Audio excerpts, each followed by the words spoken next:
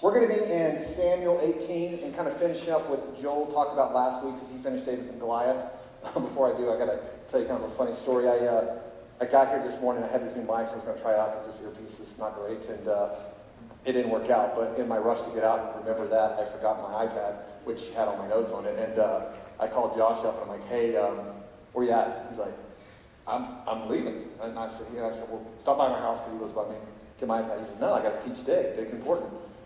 Anyway, I made him stop by. Get that. I'm telling this story literally to Dave Jackson and laughing about it as I'm getting a glass of water. So I'm walking off. And then I leave the water hose on the actual spigot out there. So I'm walking off and water's pouring out. So that's my morning, guys. But I'm the only one here today, so we're going to go with it anyway. So you get what you get. All right, so we're in Samuel 18. What I'm going to do is I'm going to read through this. We're going to discuss it a little bit. I'm going to kind of bring it back. I'm going to come up with just kind of reflect on where it's coming from, especially with what Joel talked about last week. Anybody here last week? Who was here last week and heard Joel's sermon? It was incredible. If you haven't had a chance, go back and hear it because it was really, really good. We're going to follow up on that and then have you guys kind of break up and talk for a little bit and then pray. And then Drew's going to come back up and do some more worship. And that's just kind of how the service is going to go. So 1 Samuel 18. After David had finished talking with Saul, Jonathan became one in spirit with David, and he loved him as himself. From that day, Saul kept David with him and did not let him return home to his family. And Jonathan made a covenant with David because he loved him as himself. Jonathan took off the robe he was wearing and gave it to David, along with his tunic and even his sword, his bow, and his belt. I know I talked about this a few weeks ago. We see Jonathan back on the scenes. Jonathan was just a stud, and we're going to get in more into that towards the end. I'm going to read one thing the commentary wrote about Jonathan because I just thought he did a really good job of summing him up. He wrote, "Jonathan loved him as his own soul. The character of the princely son of Saul is one of the most beautiful in the Old Testament story. He was a type of true warrior of those wild, half-barbarous times. Among brave men, seemingly the bravest, a perfect soldier, whether fighting as a simple man in arms or as a general of an army, chivalrous and generous, utterly free from jealousy, a fervent believer in the God of Israel, and devoted and loyal son, a true patriot in the highest sense of the word, who sealed a devoted life by a noble death, dying as he did, fighting with his king and his people. The long and steady friendship of Jonathan, no doubt, had a powerful and enduring influence on the afterlife of the greatest of the Hebrew sovereigns. The word, the unselfish, beautiful love, and above all, the splendid example of the ill-fated son of Saul had no doubt given the coloring to many of the noblest utterances in David's Psalms and to not a few of the most heroic deeds in David's life." So it kind of did a good summary of who Jonathan was. Jonathan was the oldest son of Saul. Now, in this first 4 chapters, we could stop right here in the first 4 verses because what you see is Jonathan is basically given the shirt off his back, everything he has to David. And why that's so important, if you guys remember, I don't know if we still have it, but the outline of what's going on to this point with Saul. In chapter 13, if you remember, Saul did not wait on Samuel, and Samuel had asked to have a sacrifice. When he came back, he had the sacrifice. Samuel got very upset and said, your kids are not going to have the kingdom. It's not going to stay in your lineage forever. Chapter 15, he was supposed to destroy everyone. He did not do that. Samuel got very upset, said the kingdom is no longer yours. And then in chapter 16, who was anointed? David was anointed, right? And so that's kind of what's happened to this point. David goes and kills Goliath as anointed one.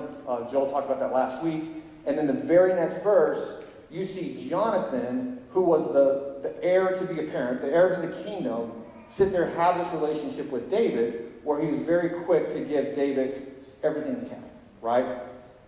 We could stop right there and we could talk about that, because what you have here is Jonathan, who by every apparent rational measure should have been the next in line to be king.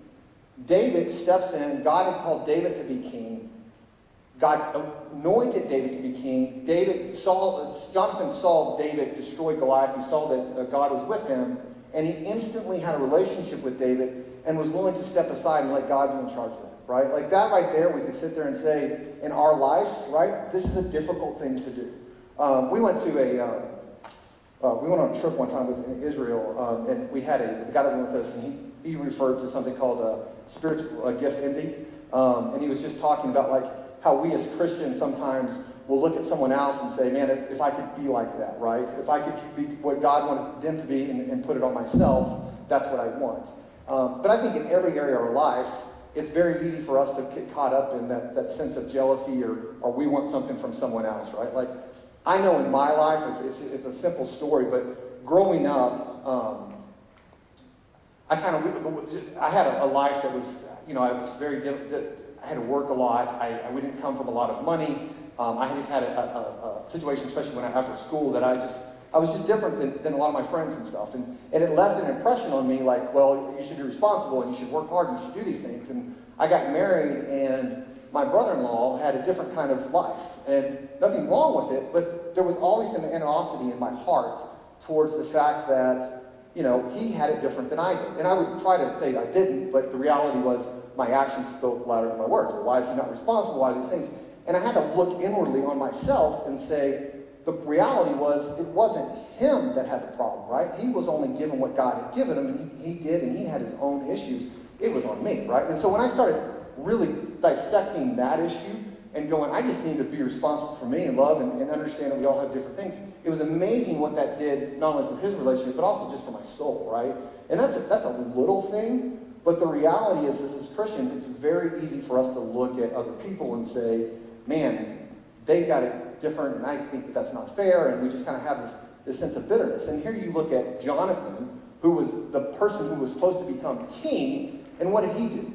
I don't care, right? Like, if you want me to be king, if you want me to be a warrior, if you want me to serve, I'm just here to do what you want. And you see this person who is a complete opposite person than his father. And it's interesting because we're going to get into that more. But let's keep reading because I want to keep going through this. Give us enough time. Verse 5. Whatever mission Saul sent him on, David was so successful that Saul gave him a high rank in the army. This pleased all the troops and Saul's officers as well. I mean, they were excited. They had finally had a leader. When the men was returning home after David had killed the Philistines, the woman came out from all the towns of Israel to meet King Saul with singing and dancing, with joyful songs, with timbrels and lyres. As they danced, they sang, Saul has slain his thousands, and David his tens of thousands. Saul was very angry. This refrain displeased him greatly. They have credited David with tens of thousands, he thought, but me with only thousands. What more can he get but the kingdom? And from that time on, Saul kept a close eye on David. I mean, you see the difference in the heart, right? Like, great, David's doing these things, he's doing for the Lord. That's not where Saul was at. He was very jealous, he was very frustrated. And 10 says, the next day an evil spirit from God came forcefully on Saul. He was prophesying in his house while David was playing the lyre, as he usually did. Saul had a spear in his hand, and he hurled it, saying to himself, I'll pin David to the wall. But David eluded him twice.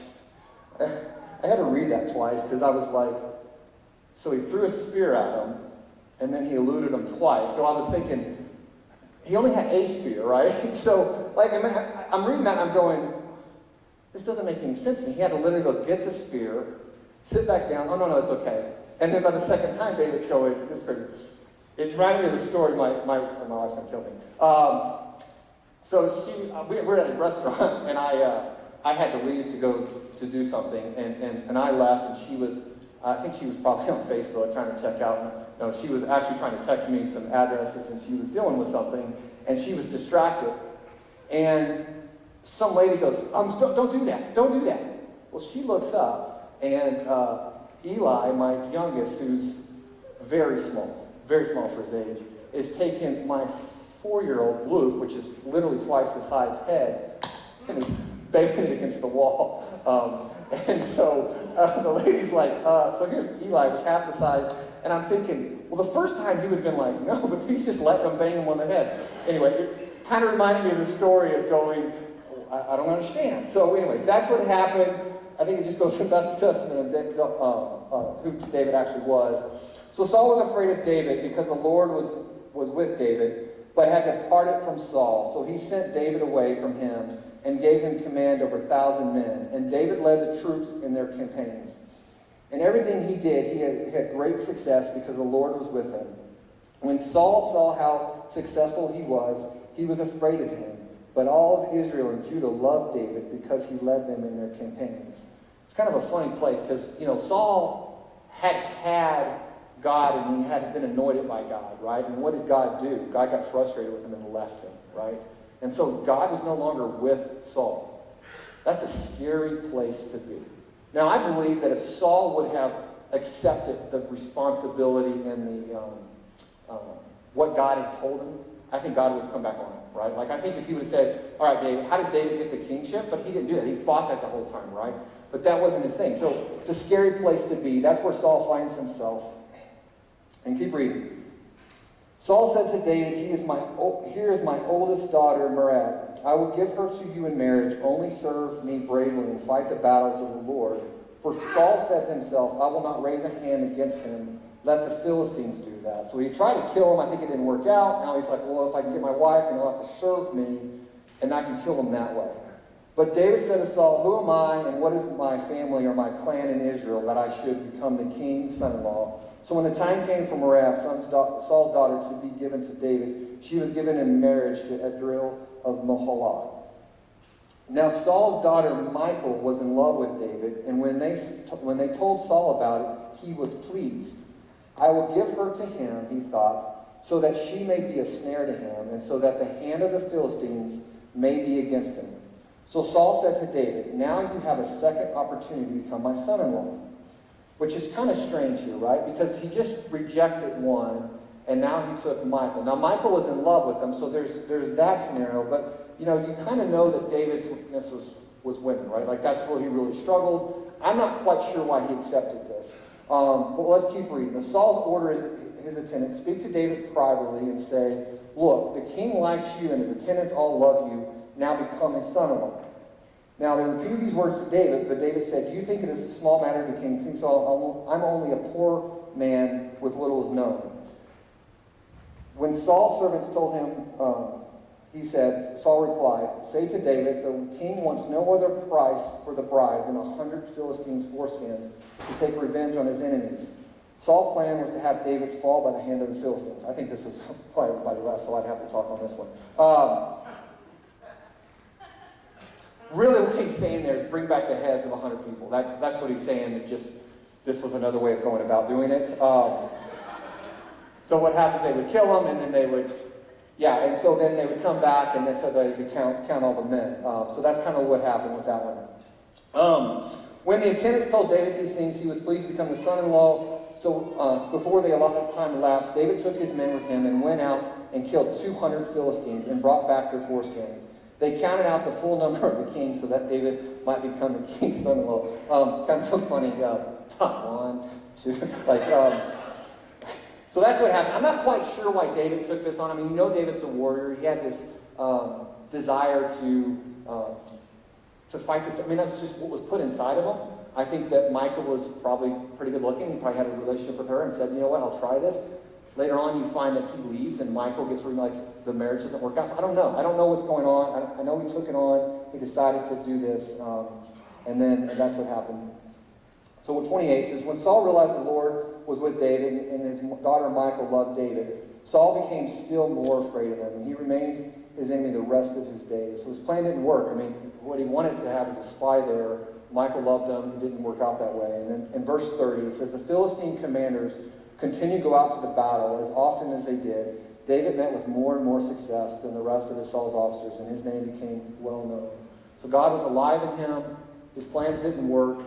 And I think from the surface area, we could probably stop right there, have some nuggets, talk through it, right? But if I rewind and I go back to kind of what Joel talked about last week, and Joel did a phenomenal job of just kind of bringing this back and what was the meaning behind this. The story really starts to come to life. I had a professor at A&M, and he was a business law professor, but somehow he got into the study of trying to find the star of Bethlehem. So he got this software program, and he had done some stuff, and it's an amazing video. And he's like, I couldn't find the date. He finally found the date, and he said, the stars, it kind of came to life because it started showing all these really neat things. And it's funny because when we look back and we start reading the Old Testament, but we read it through the lens of the New Testament, the Old Testament really starts to come to life, right? My wife has a book that she likes. It's a children's book. It's the Storybook Bible. Has anybody ever read that or seen it? It's an amazing, amazing story because what it does is it just walks through the Old Testament, but it's always pointing towards the cross. And so she'll hand that out to like new believers or people she's witnessing to because it does such a wonderful job of simplifying and pointing towards the cross. And really what we found last week, the story of David and Goliath, was really the story of what? Christ. It's the story of salvation, right? There was this death, there was this thing that they couldn't get rid of. The evil one was there. And what had happened was David destroyed Goliath and used his own weapon to defeat death, right? And they pointed back to Calvary. He pointed back to the tree. He pointed it back to the blood. Like, it was beautifully done, right? And when we read that and we understand it, it makes this story come to life, right? And before we jump there, Joel didn't have time, but I thought it was worth looking at. Read back to Samuel 17. I talked to him the other day, and he was like, yeah, you should check this out. So Samuel 17, I thought this was really neat, in verse 55. So it's just the next chapter over. It says, as Saul watched David going out to meet the Philistines, he said to Abner, commander of the army, Abner, whose son is that young man?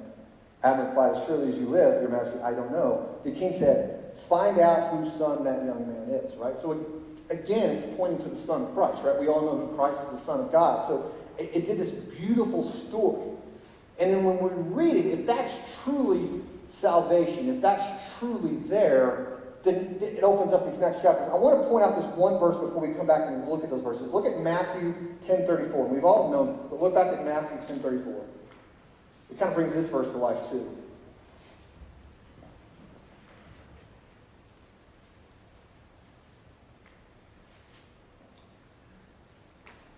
It says, do not suppose that I have come to bring peace to the earth. I did not come to bring peace, but a sword.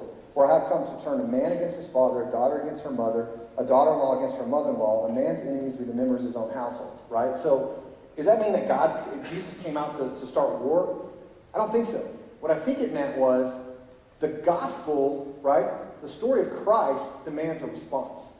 And I'm going to choose one side or the other, and there's a fine line. And what that does is that creates tension. I mean, we see it today, right? I can't get on Facebook and someone's not upset about something going on with the flag, right? Like this whole thing, like it's you see this. It demands a response. Which hour are you going to be on? You see the same thing with Christ. It demands a response. And when I see that, if the gospel was presented in David and Goliath, right? And the very next chapter, look how it starts out. It says, after David had finished talking with Saul. So right after that, right? Jonathan became one in spirit with David. He loved him as himself. From that day, Saul kept David with him and did not let him return home to his family. And Jonathan made a covenant with David because he loved him as himself. Jonathan took off his robe he was wearing and gave it to David, along with the tunic and even his sword, his bow, and his belt. Now, if we read that through the lens of the gospel, right? His response was, whatever you want, guy. I will turn from where I was at, where my destiny was at, what my desires were, and I'll lay it down at your feet. That is the response, right, to Christ. Christ died on the cross. God, you're now in charge of my life. I'm no longer in charge of your life. Whatever you want from me, that's Jonathan's response, right? So when we see this definitive response to the gospel. It demands a response. Look down here forward. What do you see with Saul? Verse 10. The next day, an evil spirit from God came forcibly on Saul. He was prophesying in the house while David was playing the lyre, as he usually did. Saul had a spear in his hand, and he hurled it, saying to himself, I'll pin David to the wall. He did not accept David, right? He did not accept it. His response was, I'm going to still be king. You see the story open up, because what it does, it says David and Goliath, Christ is going to come, he's going to conquer death, right? The very next thing, you're going to have to decide what that means inside, right? Like, am I going to accept Christ? Am I going to allow him to become Christ, the Lord of my life? Or am I going to stay with what God has put in front of me, and that's my desires, right? Which one are you going to choose? That is the story of chapter 18. It is a response to the gospel. And that's what we're going to be talking about today, guys. I want us to just split up and just spend a few minutes. And it really is what I want you guys to talk about is what drew you to the gospel, right? What is it that drew you to the gospel? Encourage you guys, if someone's in here and they're like, man, I just don't want to speak, that's okay. I really just want it to be a time of encouraging each other. So if you're getting into a small group and you're just do whatever you feel good doing. I don't want you to make yourself uncomfortable per se, but I do want you guys to be able to encourage each other. I know for me, I grew up in a household that I knew God from the beginning. I accepted Christ at a very young age. God was just who I was. When I left to go to school and God kind of became my parents' religion became my religion, there was a choice I had to make, right? Was I going to stay on this path or was I not going to? And I can tell you for me, what led me to the gospel was because I knew God was with me. As long as I could feel like God was always, the God of the universe wanted a personal relationship with me. And that was meaningful and impactful to me. And it made, no matter what I was going through, I could spend time and just be there. And it was something that just really drew me to his love. And so for me, that's what led me to the gospel. So what I want you guys to do is we're going to break up in groups. We're going to spend just a few minutes, 10 to 15 minutes, talking, have a chance to share what led you to the gospel. And then I just want you guys to pray. The worship team's going to come back up and they're going to start praying. And then Tasha will be up for her great announcement speech. So let's do that. Let's spread up. I'll have the worship team come up. They'll start praying. But before I do, I'll get us praying. God, we thank you so much just for today. We just ask this to be an encouraging time. The reality is who you are and what you did demands a response. And we're so thankful that we have an opportunity to know you and know the sacrifice that you've given to us, God. And just thank you for that blessing of your Son and that ability to conquer death so that we may have life. And we just pray all these things in your Son's name. Amen.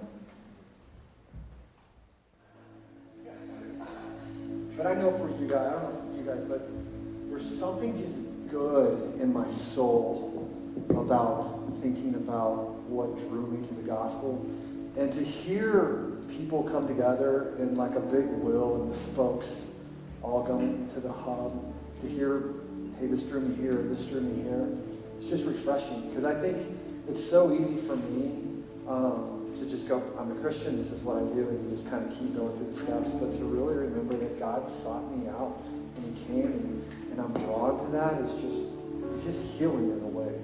And I want to encourage you guys. We were actually going to do a whole group communion, but we just couldn't make the logistics and the time work on that.